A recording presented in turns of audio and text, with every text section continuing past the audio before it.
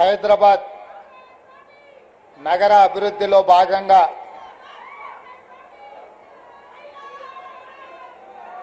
గౌలిగూడ एक मिनट అమ్మ అక్కడి నుంచి ఫలక్నామా వరకు మెట్రో రైల్ నిర్మాణానికి సంబంధించి ఈరోజు భూసేకరణ అభివృద్ధి కార్యక్రమంలో భాగంగా ప్రారంభోత్సవ కార్యక్రమం తీసుకుంటే ఈ కార్యక్రమంలో నాతో పాటు ముఖ్య అతిథులుగా హైదరాబాద్ పార్లమెంట్ సభ్యులు ఏఐఎంఐఎం అధ్యక్షులు అసదుద్దీన్ ఓవైసీ గారు ముఖ్య అతిథులుగా పాల్గొన్నారు. వారితో పాటు తెలంగాణ రాష్ట్ర ప్రభుత్వ ప్రత్యేక సలహాదారు మహమ్మద్ అలీ షబీర్ గారు కూడా ఈ కార్యక్రమంలో పాల్గొన్నారు. హైదరాబాద్ పార్లమెంట్లో ఉన్న మిత్రుల శాసనసభ్యులు అందరూ, రాజ్యసభ సభ్యులు, ఎమ్మెల్సీలు, అదేవిధంగా గ్రేటర్ హైదరాబాద్ మున్సిపల్ అధికారులు, మెట్రో రైలు అధికారులు, హైదరాబాద్ నగర అభిమానులందరూ కూడా ఈ కార్యక్రమంలో పాల్గొని ఒక మంచి కార్యక్రమం రాష్ట్ర ప్రభుత్వం తీసుకుంటే ఆశీర్వదించడానికి వచ్చిన మీకు అందరికీ కూడా మనస్ఫూర్తిగా అభినందనలు, కృతజ్ఞతలు తెలియజేస్తున్నా. మిత్రులారా, కులీ కుతుబ్ షాహీ నుంచి మొదలు పెడితే నిజాం నవాబ్ల వరకు ఈ నగరాన్ని అంతర్జాతీయ నగరంగా చేయడానికి అహర్నిశలు కృషి చేసి అంతర్జాతీయ చిత్రపటంలో హైదరాబాద్ నగరానికి ఒక ప్రత్యేకమైన ప్రతిష్టను తీసుకొచ్చి పెట్టినరు. ఆ ప్రతిష్టను కొనసాగించాల్సిన బాధ్యత మా ప్రభుత్వం మీద ఉన్నది. అందుకే నిన్న కంటోన్మెంట్ ప్రాంతంలో రోడ్ల విస్తరణ కావచ్చు, నేడు హైదరాబాద్ నగరంలో మెట్రో విస్తరణ కావచ్చు, వివిధ పాఠశాలలకు సంబంధించి అభివృద్ధి కార్యక్రమాలను తీసుకెళ్ళి ముందుకు వెళ్ళాలన్న ఆలోచనతోటి మా ప్రభుత్వం ఉన్నది. ఎన్నికలు వచ్చినప్పుడే రాజకీయాలు, మిగతా సమయంలో అభివృద్ధినే ప్రధానంగా దృష్టిలో పెట్టుకొని అందరి సహకారం తీసుకొని మా ప్రభుత్వం అభివృద్ధి పదం వైపు నడిపించాలని ఆలోచనతో ఈరోజు ఈ కార్యక్రమాన్ని తీసుకున్నాం. भाई बहनों, मैं ज़्यादा भाषण नहीं देना चाहता हूं, मगर हमारे दिल की बात आप लोगों से बोलिए तो थोड़ा तसल्ली मिलेगा.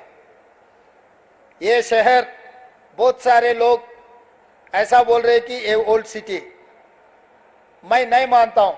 ये ओल्ड सिटी नहीं है, ओरिजिनल हैदराबाद सिटी.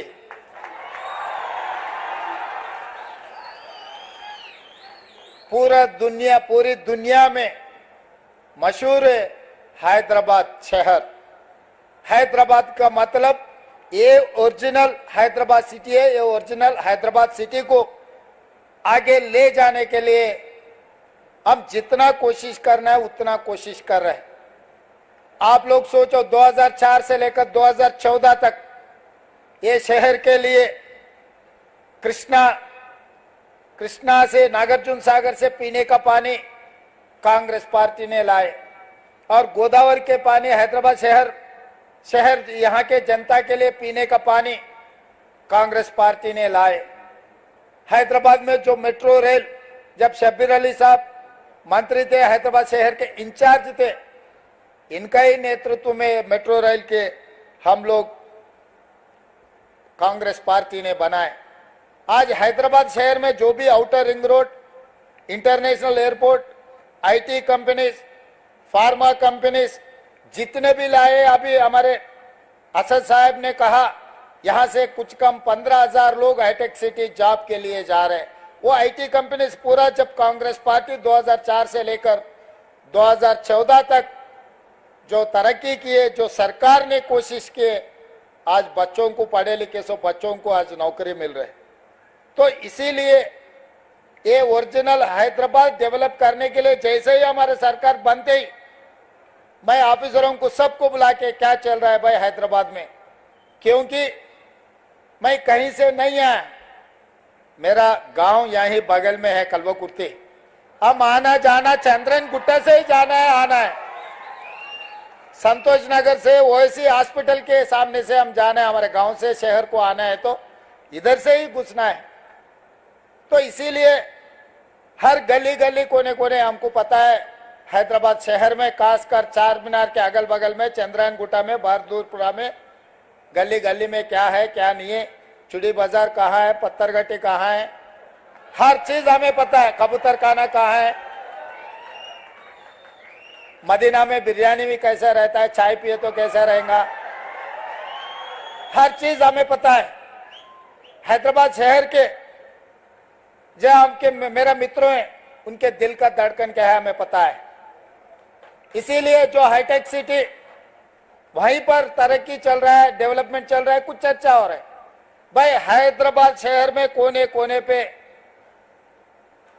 डेवलपमेंट करने के लिए हमारे सरकार सही तरीका से एक मास्टर प्लान बना रहे।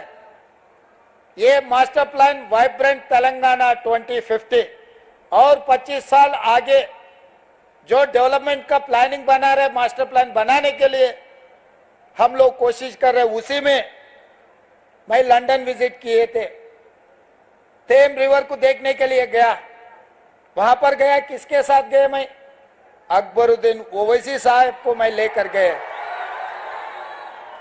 क्योंकि आपके मदद से यहां से असदुद्दीन ओवैसी साहब, अकबर साहब, उनके एमएलए सब जीत के आ रहे बार बार। कोई भी जितना भी कोशिश करो, मैं भी कोशिश किया हराने के लिए, मगर नहीं हो सका। वो चुनाव के समय पर कोशिश किए, पर चुनाव खत्म होते ही मैं सोचा भाई हैदराबाद शहर को हम दूसरी एक लेवल पे डेवलप करना है, तो जो इलेक्टेड रिप्रेजेंटेटिव्स और एमआईएम को साथ में लेकर चलने के लिए हम लोग कोशिश की। इसीलिए अकबरुद्दीन ओवैसी जी को मेरे साथ में मैं लंदन थेम रिवर को देखने के लिए साथ में लेकर गए, हम साथ में गए, क्योंकि मेरे से ज्यादा जानकारी उनको है। मेरा दोस्त अकबर भाई के बेटी वहीं बारिस्टर पढ़ रहे, जहां पर हमारे असद साहब ने पढ़ा है, और दो उनके परिवार में दूसरे बारिस्टर अभी बना रहे। असद साहब बारिस्टर पढ़ के अभी पूरा हिंदुस्तान में नाम कमाए, आप लोगों के तरफ से आवाज उठा रहे। लोकसभा में ऐसा गिन सकते आवाज उठाने वाले, उसमें से असद साहब एक है।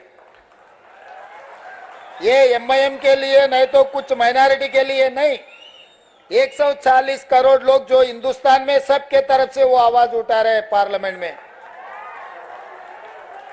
तो इसीलिए कभी भी अगर राजनीति, पॉलिटिक्स, जब चुनाव है, हमारे हिसाब से हम चुनाव लड़ते, हमारे एक बार चुनाव खत्म होते अपने शहर का ध्यान देने का जरूरी है। इसीलिए आज बहुत साल से, जिस दिन डॉक्टर वाईएस राजशेखर रेड्डी जी था, तब मेट्रो रेल के शुरुआत किए। मगर गौलीगुड़ा से लेकर फलकनामा तक 5.5 किलोमीटर जो काम पेंडिंग था, उसी वक्त मंजूर हुए थे। वो पेंडिंग पड़ा हुआ है, इसीलिए वो मैं अभी काम के लिए ले लिए। और पिछले सरकार ने हाईटेक सिटी से लेकर पूरा आउटर रिंग रोड से एयरपोर्ट को ले जाने के लिए कोशिश की है मेट्रो।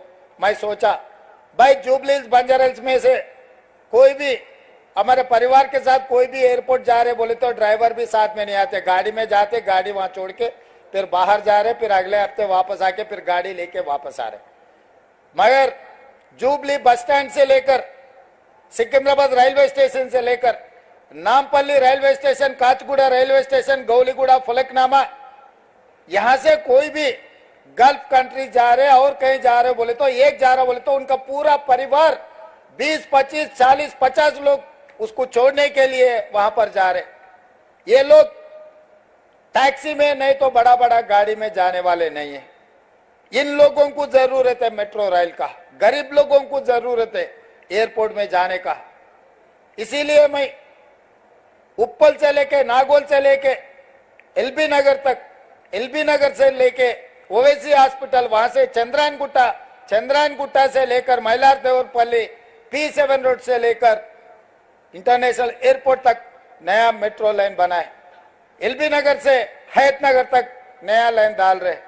और अपना चंद्रनगुट्टा से जो राजेंद्र नगर 100 एकड़ में हाईकोर्ट जो बना रहे वहां तक हम मेट्रो ले लिए। रायदुर्गम से लेकर फाइनेंशियल डिस्ट्रिक्ट तक हम लोग मेट्रो बना रहे।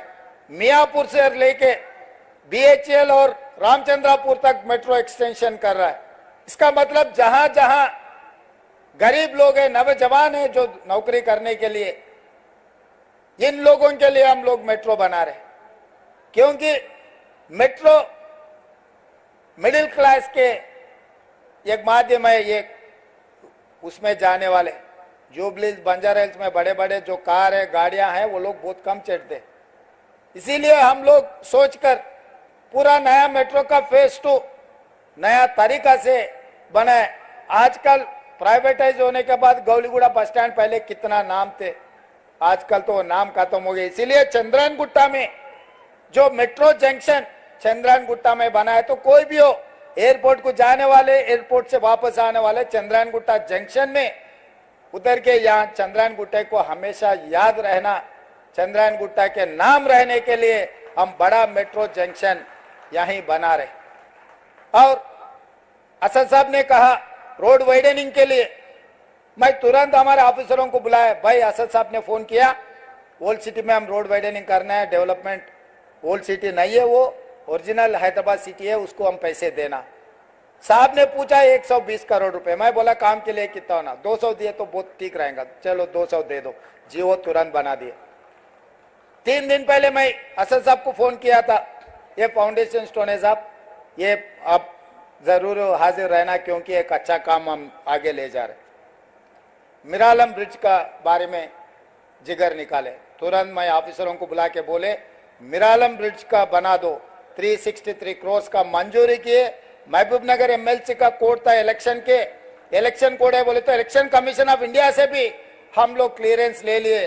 2 दिन में मिरालम चरुगा ने जो एसटीपी प्लान कर रहे हैं, उसी दिन 2 दिन में वो ब्रिज का भी हम लोग फाउंडेशन स्टोन डालने वाले हैं। इसका मतलब उस्मानिया हॉस्पिटल बनाने में जो चंचलगुड़ा में जो जेल है, केजी टू पीजी जो ये एरिया में जो मिडिल क्लास, जो सैदाबाद, संतोष नगर, मलकपेट जगह जगह में जो लोग हैं जो पढ़ने के लिए केजी टू पीजी स्कूल के लिए, असद साहब ने कहा जरूर वो बनाने के लिए मैं कोशिश करता हूँ। वो जेल वहां से शिफ्ट करके जेल भी अच्छा बना के उसको दूसरे जगह में जगह देके वो जेल बनाने का भी काम ले लेते। वहां पर यहाँ के बच्चों को पढ़े लिखने के लिए हम लोग कोशिश करेंगे। आप लोगों को मालूम है आज टिमरिस में बच्चे पढ़ रहे या नहीं तो डॉक्टर, लॉयर, इंजीनियर माइनॉरिटी के लोग पढ़ रहे। जो माइनॉरिटी मुस्लिम रिजर्वेशन दिया कांग्रेस पार्टी ने 4%, शब्बीर अली साहब और आजाद साहब ने बहुत कोशिश किए। उस दिन राजशेखर रेड्डी साहब को असद साहब, अकबर साहब असेंबली में बोले तो राजशेखर रेड्डी साहब तुरंत जो रिजर्वेशन देने के लिए कोशिश किया। आज जो माइनॉरिटी रिजर्वेशन 4% मिला है वो कांग्रेस पार्टी ने दिए। इसीलिए मैं एक बात साफ कहना चाहता हूं, राजनीति अलग है, डेवलपमेंट अलग है। डेवलपमेंट में कोई कमी नहीं है। हैदराबाद सिटी में हर गली में डेवलप करने के लिए हमारा जिम्मेदारी है। मैं खुद खासकर इसीलिए municipal urban development ministry portfolio मेरे कने रखा हूं। मैं माइनॉरिटी वेलफेयर का भी मेरे साथ में रखा कि इसीलिए कोई किसी को मंत्री को दिए तो ज्यादा ध्यान नहीं देते।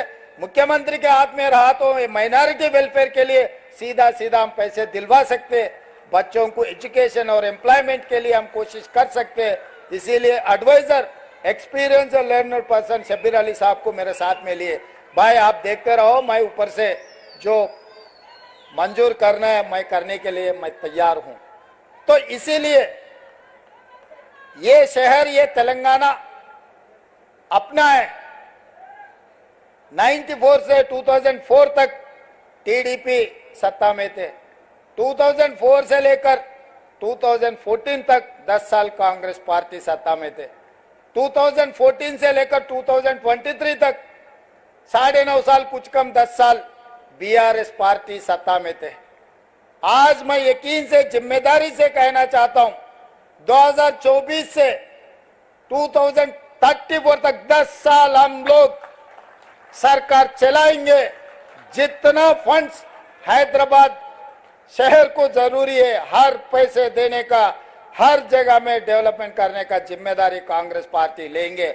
जैसा असद साहब ने बोले 5 साल के अंदर ये पूरा हाईटेक सिटी में मेट्रो चढ़कर चंद्रायन गुट्टा जंक्शन में हम लोग उतरने के जो बात कहे, जरूर वो काम मैं करूंगा, वो जिम्मेदार मैं उठाऊंगा, इसमें कोई शक नहीं है। मैं आपको वादा कर रहा हूं, मेरा जिम्मेदारी है जितने भी पैसे का जरूरत है पूरे पैसे सरकार के तरफ से जो लोन मिलेगा, जो केंद्र सरकार से जो लेना है, सबसे मिलके सबसे ले लेता हूं। और आगे भी जैसा साबरमती रिवर बना है गुजरात में बोल के नरेंद्र मोदी जी बोल रहा है, परसों मैं उनको साफ कह दिए, भाई आप गुजरात को पैसे लेकर जा रहे, तेलंगाना में हमारा मूसा रिवर डेवलपमेंट के लिए आप पैसे कैसे नहीं देते, आप पैसे देना जरूर। 55 किलोमीटर गंडीपेट से जो निजाम सरकार ने बनाया, उस्मान सागर, हिमायत सागर, हैदराबाद शहर को पानी दिए। आज भी लोग कुछ देखना है तो, पानी देखना है तो उस्मान सागर, हिमायत सागर जाना पड़ रहा है।